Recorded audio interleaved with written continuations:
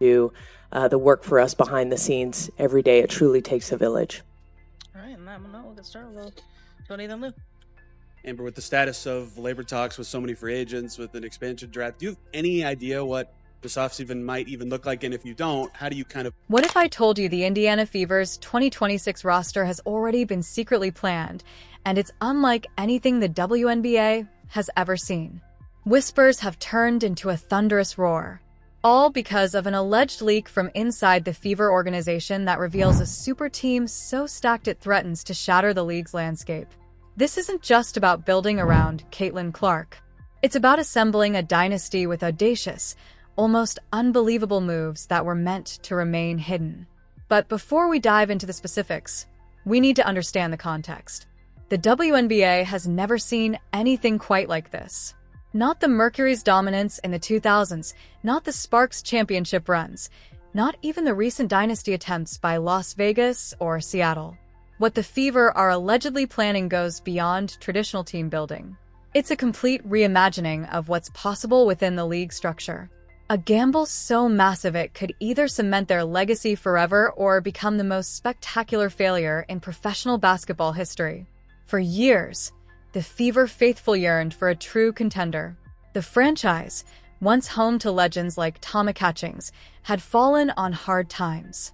Season after season of disappointing performances, missed playoffs, and watching other teams celebrate championships created a hunger in Indianapolis that was palpable. The fan base, once among the most passionate in the league, had dwindled. Attendance numbers dropped. The organization was at a crossroads. Rebuild slowly and methodically or swing for the fences. The arrival of Caitlin Clark brought unprecedented hype, selling out arenas across the country and bringing media attention the Fever hadn't seen in over a decade.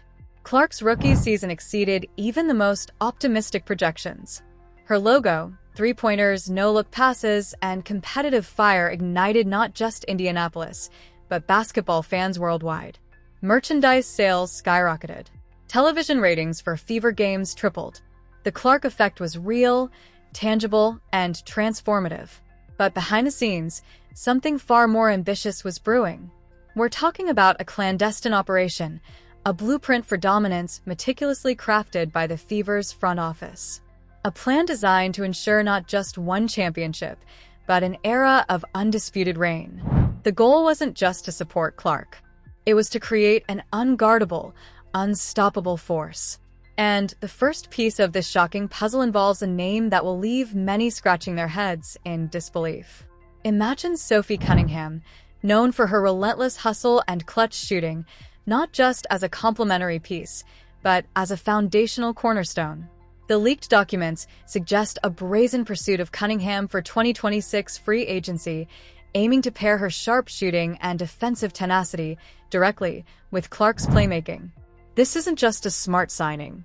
It's a strategic masterstroke designed to unlock new dimensions for the Fever, creating a backcourt synergy that could redefine WNBA offenses.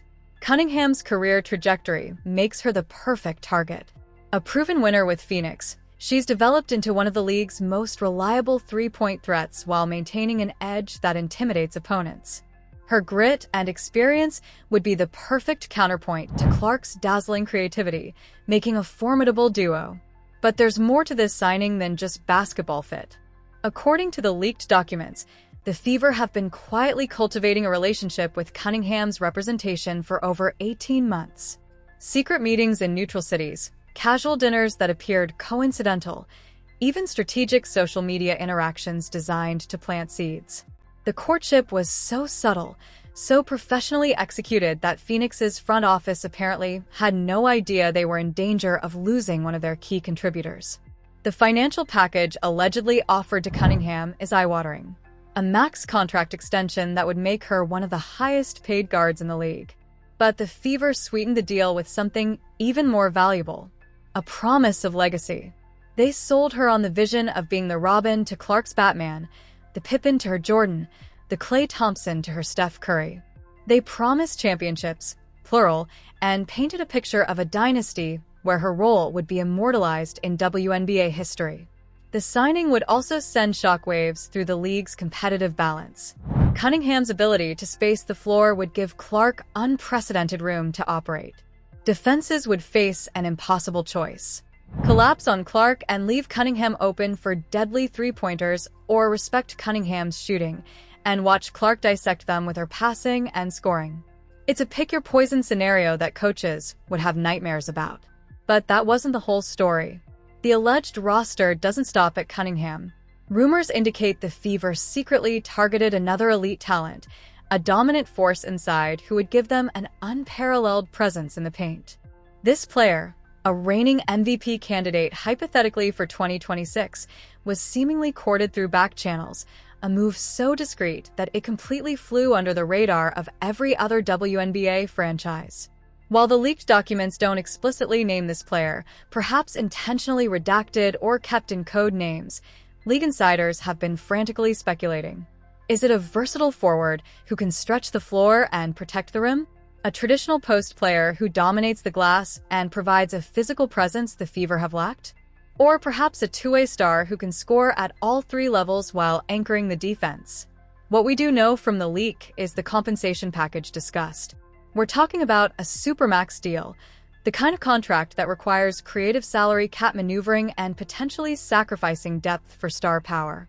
The Fever's financial team apparently ran hundreds of scenarios, exploring every possible avenue under the WNBA's collective bargaining agreement to make the numbers work.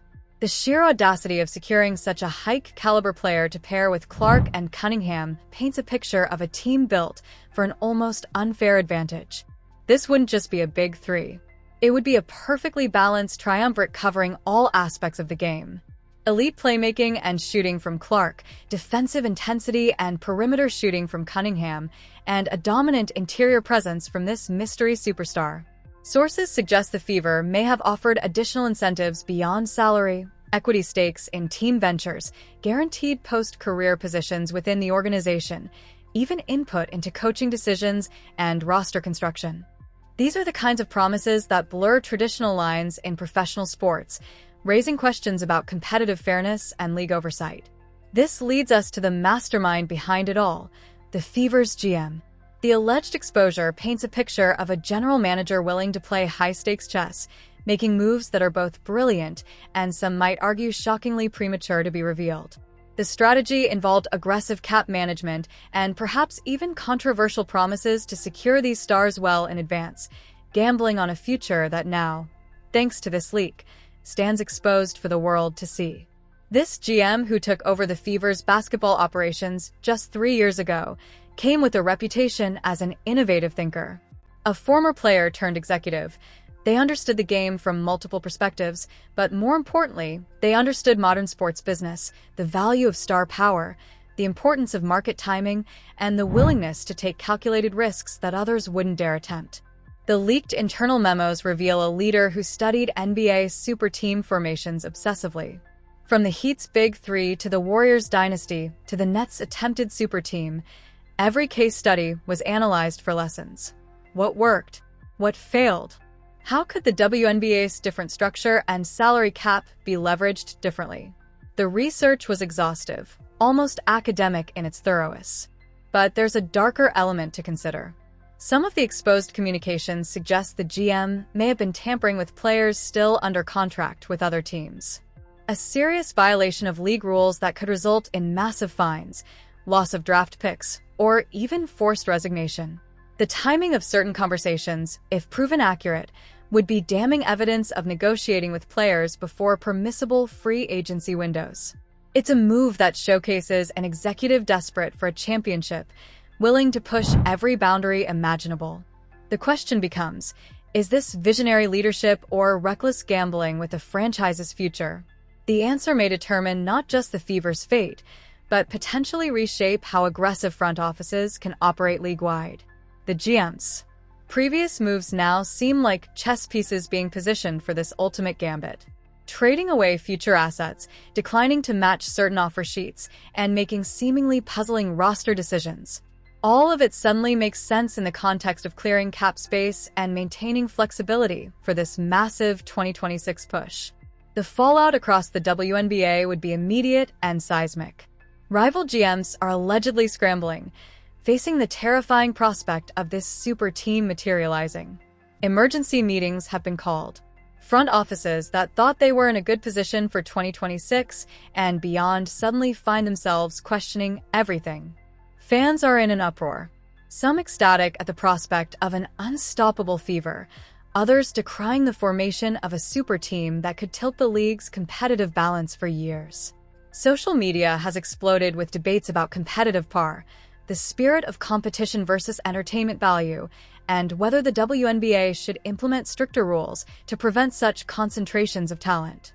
Every other franchise must now reevaluate its entire strategy, knowing it might be facing a truly unprecedented juggernaut in just a couple of seasons. Teams that were planning modest improvements are now considering their own aggressive moves. The free agency market for 2025 and 2026 has been thrown into complete chaos, with agents leveraging this news to drive up their clients' values. The New York Liberty, fresh off recent success, is reportedly exploring its own counter moves. Could they assemble a rival super team to compete? Las Vegas, with its championship pedigree, is said to be accelerating its own recruitment timelines. Connecticut, Seattle, Phoenix, every contender is now in panic mode, trying to figure out how to prevent the Fever from creating an insurmountable advantage. League office officials are in a difficult position. Can they intervene? Should they?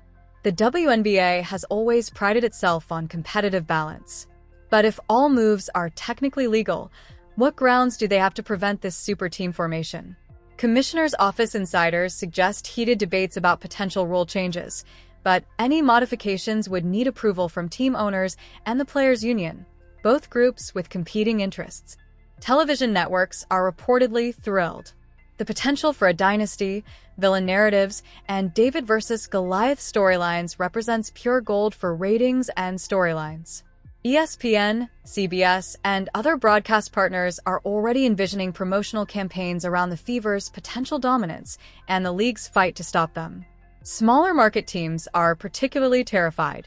How can they compete for fan attention and resources when one team might have 3 or 4 of the league's top 15 players? The competitive imbalance could be devastating for franchises already struggling with attendance and local television deals. And what happened next would shock everyone. How did these meticulously guarded plans get out? Was it an internal leak, a disgruntled employee, or perhaps a rival organization planting false information to sow chaos? The whispers suggest potential sabotage, an attempt to destabilize the Fever's carefully constructed empire before it even had a chance to fully form. The investigation into the leak has become its own drama. The Fever organization has hired a private security firm specializing in corporate espionage to trace the source. Every employee with access to sensitive documents has been interviewed.